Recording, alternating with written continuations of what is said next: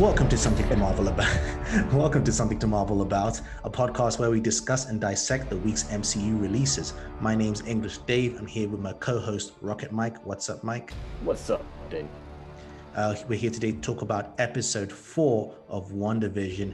This episode completely answers many questions, asking other questions. But I would say, Mike, I don't know about you, but I feel like for those of you who've been waiting impatiently or patiently, this is the one that literally opens things up for you to kind of see more of what's happening behind the scenes. So, Mike, what did you think of this episode?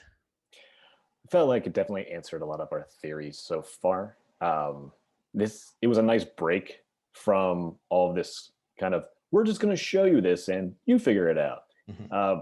This time it's like, all right, we're going to go back and literally write out and explain everything you've seen thus far. We showed you the performance, now come behind the scenes and we'll explain it all. Definitely a whole different shift in this episode. It was good. It was nice. No, I really enjoyed it. Nice palate cleanser. Exactly. I think I enjoyed this episode. And I think when you watch this episode with context, you understand why the first 3 episodes were the way they were. Right. It's like, for those who are impatient, like, what's this? Is this whole series set in olden style sitcoms? It's like, no, not really. There's more to it than just that. This is not a sitcom show, even though it plays with the sitcom tropes. And this episode, even though it's still funny, don't get me wrong, there's still funny moments. I think this episode really reminded you that no, this is firmly placed in the Marvel Cinematic Universe. If you had any doubts about that, this reminded you of it. Let's go straight into the episode itself. It reminded us, like you just touched on, it reminded us on what's officially titled The Blip. We see Geraldine, aka Monica Rambeau. Those of you who are fans of Marvel already knew that, but this episode confirms that Geraldine is not her real name. Her name is Monica. And if you guys are paying attention, she is the little girl you have seen in Captain Marvel. This starts off, and I was very like, what the hell's going on? It was them coming back. And it's funny because we've seen this happen in Spider-Man Far From Home, but it was played more for comedy. This one is played when you really see, no, this isn't funny. Yeah. You know what? I was wondering, it was like, no. I've seen this happen before in the beginning of Spider-Man. And this, like, people are like walking past as they are coming back. Right. Bumping into people and like things. The opposite of the snap. Yeah. Especially like Monica herself bumped into someone as she was going in. And like, the only thing that took me out of it was, I get that you kind of like, you felt like you just woke back up. But I'm like, do you not see everyone else around you coming back? This doesn't freak you out? Because she is focused on finding her mom, and rightly so. But I mean, even if I were to come back and I'm like, okay, I need to find my mom, whereas, the hospital's going crazy, you don't see one person come materialize right in front of you, I mean, granted, it's not like she hasn't seen weird shit before. She saw Skrulls, so maybe she's desensitized in some way. But I also see it as, it's established that from her perspective, it felt like she just dozed off for a second. So even though she finds out that it's been 5 years, not a second of dozed up. And unfortunately, in that time period, her mother, Maria Rambeau, had died, and we find out it's because of cancer. We then cut to 3 weeks later, where we get to the Sword headquarters, and we find out that she used to work for Sword. We also find out that they deal with space threats as well, which is something that we kind of guessed if you know the comics. Yeah. And I like when Monica says, when he says space is full of threats, and then she says always and allies, because again, she knows the Skrull. She knows there's some good guys in space. You know, not everyone's a bad person. Also, he tells Monica that she has been grounded, which is a protocol that her mother had set up just in case people came back. And I liked what he says along the lines of the good thing is she thought you guys were going to come back. Yeah. Which I like. It was a nice little touch. That's been really optimistic. Right. Without even knowing the full story of like why this happened in the first place. Right. Exactly. Like, go mom. Yeah. And let's talk about that perspective. Again, I think it's funny because, ironically, in a weird way, Marvel and the snap, or the blip they call it, in 2020, 2021, it feels all too real because it almost like mirrors the pandemic. It's like that life that something happened that changed the world, and now everyone's living this life of what is like afterwards in the new normal. And I find that interesting because, like I said earlier, we saw that in Far From Home, but because it was played for comedy in some spaces, this reminded me how real it was. And we find out that the events of WandaVision are only a few weeks after. What does that mean? Because later on, going down Oh in man, exactly, you didn't think about that, did you? I didn't know. Yeah, I didn't put that together. It's like, oh my gosh, she's been doing this for a long time. Yeah, it's like, oh shit, this is Yeah, not oh my long. God. Yeah, okay. And again, which you can add things together that we know. Okay, we know that the upcoming Doctor Strange movie, the Multiverse of Madness, will feature Wanda in it as a character that's been confirmed. But in Spider-Man Far From Home, when Shield comes to Spider-Man to deal with the elementals, he says, "Why don't you get Doctor Strange?" And Maria Hill says he's dealing with something. So could that be him dealing with Wanda? Because WandaVision's set before Spider-Man. So it's like, are these linked? I don't know. Interesting things. I gotta write out this timeline for myself. I feel like the episode of not Arrested, Sunny in Philadelphia, where he's trying to explain everything and connect the lines. Oh yeah, oh my God. Can I tell you about this? Just smoking a cigarette with lines around. Yeah. That would be me. Yeah. So Monica, now being grounded, is sent on a mission on the missing persons case. And so we get to see some events of, and this is what's great about this episode, right? We see events of previous episodes from a different perspective. And this is how we start getting some questions answered. She meets Agent Wu, Jimmy Woo, who we've seen before in Ant-Man and the Wasp. Mike, did you catch the magic trick? I think I texted you as soon as that happened. I was just like, you're like, oh my God, this episode. I'm like, did you see the trick? He mastered it. There it is. He mastered the trick. That was the first thing I noticed. Right. I was like, oh. So subtle as well. That I like it because those are the kind of Easter eggs and things I like. It's so subtle that if you didn't watch, and it's rare that we get Easter eggs from previous movies. A lot of Easter eggs are for future movies or from comics. This is going back to something, which I thought was a nice touch. And I just like bringing back Agent Wu. I think a character like that, he's an FBI agent, so he doesn't need to be there. It's not like he's SHIELD or anything like that. He's just FBI. But the fact that he's in there kind of, I think, adds a bit of levity to the narrative, and it works. I'm glad they brought the character back. He updates Monica on what's happening and the strangeness of it all. He was looking for a missing person who was part of the Witness Protection Program. And then we finds out that somehow we don't know the magic of it all their family and friends don't remember who they are. Even the police officers of the town say, "Oh, we're from Eastview." And I like when Monica's like looking at him and looking at the sign, like, "Are you sure the town of Westview doesn't exist?" That felt like a Twilight Zone episode right there, or like Black Mirror. Right. It did. Because I think the police officer sells it really well when he's just like, don't see that, running funny. But I'm like, that's okay. It was a lot lighter, of course, because then you have Agent Wu right there, who, God, he was the comic relief in. I didn't think he was going to be the funniest one in Ant-Man and the Wasp, and then this one still hasn't changed. Still the funniest one. He's the comic relief we didn't need, but we deserve. Yes, 100%. Or strike that, reverse it. You know what I mean? Yeah.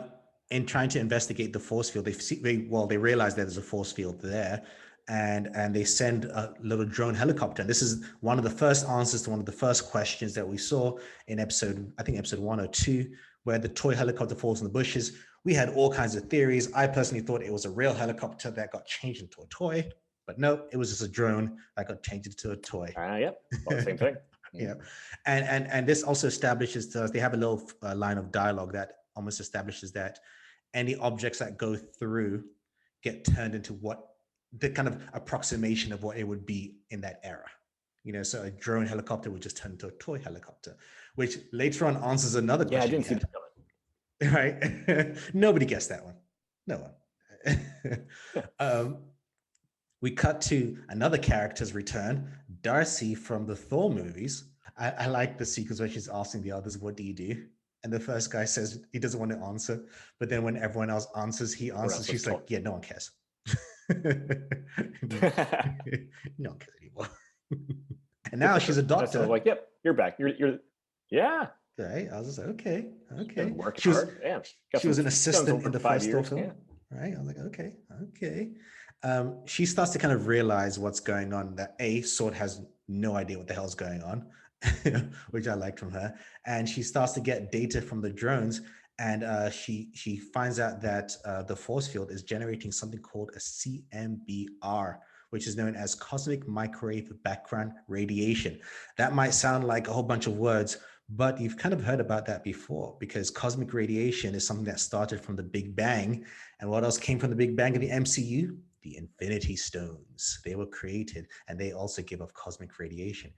There's a theory that Wanda has the powers of the stones, and so far her abilities have showcased that. She can manipulate time. Well, yeah, she can manipulate time. We've seen time stone use. We've seen power stone strength. We've seen, I don't know if you've seen the ether. Her powers look like the ether, the red of the ether. She can control Vision's mind stone, and she can implant visions into your mind, as seen in Age of Ultron. On top of it, I think it was an interview where Josh Whedon, I think, was taking a question from a panel, and he confirmed that if who could kill Thanos with the infinite, I don't know, with or without the Infinity Stones, but he's like Wanda. You know, at the end of Endgame, she could have killed him if he didn't Just order rain. his army to just rain down on everyone, even his own people. She would have killed him. That would have been it. So I'm like, this definitely proves that she, one, is one of the strongest, at least thus far, in the MCU, but two, that she very well could be as powerful as all Infinity Stones together. Because mind you, when she was trying to destroy the Mind Stone in Infinity War, she was holding back the other five almost with ease, with him having it, you know? This is true. So Darcy now has an idea. She just needs a TV, and she's able to tune into Wanda's feed. And we also get another question answered. Again, at the end of episode 1, we see the camera pull out and somebody's watching the screens. And again, we had all sorts of theories of who the mysterious person watching it is. And it simply was Darcy, which again was nice. I liked it. and it makes me beg the question then, if this was something that Sword stumbled. Again, this answers another question, right? Sword isn't doing this to her, and Sword isn't involved in doing this to her. This is a question we weren't sure of beforehand. And this is something that Sword stumbled upon, right? Because they just thought, oh, missing persons case. And then they were like, oh shit, this is bigger than that. So it begs the question, exactly how long has this been going on for? You know, when did this exactly start before they accidentally stumbled upon it? Which I think we will find out at some point. And the next scene, which I love seeing them analyze the show. Like I said at the beginning of the podcast, them watching the show felt like us watching the show. Like, what does this mean? Why the hexagons? Did you see the wall? I said the same thing too. If you catch it too, he was like, "There's on the board." I'm like, "Oh, let me pause that." And it was like hexagon, and it was like scrolls question mark. You know, I'm like, "Okay, we got some theories going on the inside. This is cool."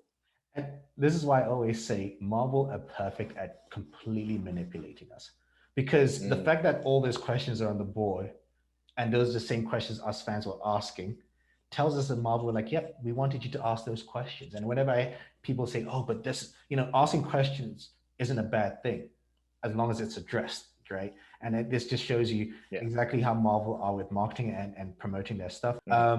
They start looking for the identities of the real people in the town, except for 2, interesting enough, because they find the IDs of them. And the 2 they don't find are both Dottie, the woman who broke the glass, and Agnes. So what does that mean? Interesting. And in episode 1 or episode 2, I forget, Agnes does say to Wanda, oh, Dottie, she runs things around here.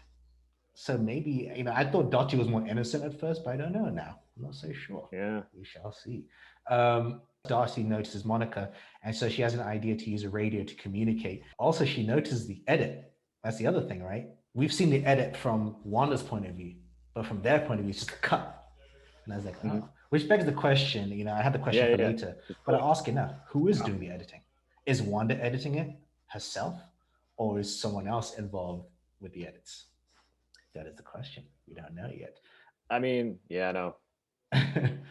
We also find out another answer to a question that we went too far with. The beekeeper. We had all sorts of crazy theories about that one. I know. and it was simply like we I was said, kind of let down. right? I I thought thought he it was was gonna be more. I someone. was like, right, I know. I'm like, this guy, he's Right, gonna be right. the one. This is the guy running everything. The Yeah. the evil guy, especially because again, those of you who read the comics, there is a subset of Hydra known as AIM, and their suits look like beekeeper suits, and that's what people make fun of. So everyone thought this is AIM, but like established at the beginning of the episode, the force field changes certain things to the era appropriate interpretation of what it might be. So a hazmat suit got turned into a beekeeper suit. So it wasn't nothing more than that. And that guy Franklin is probably a nobody. And like I said, you see that it was Jimmy on the microphone saying, "Wanda, do you hear me? Do you hear me? Wanda, who's doing this to you?" It was Jimmy's voice again. We had all these ideas. I mean, I think we thought that was someone from Swords. I think we got that one right. We'll give a pat on the back to ourselves for that one. They also noticed that Monica mentions Ultron, which is the first time someone mentioned something from the real world. And then we get to see a sequence that we didn't see last week, because last week we just saw that she had left, and we see her getting thrown out of the actual force field. But this time we see Wanda, her demeanor changes. We see her actively toss her out.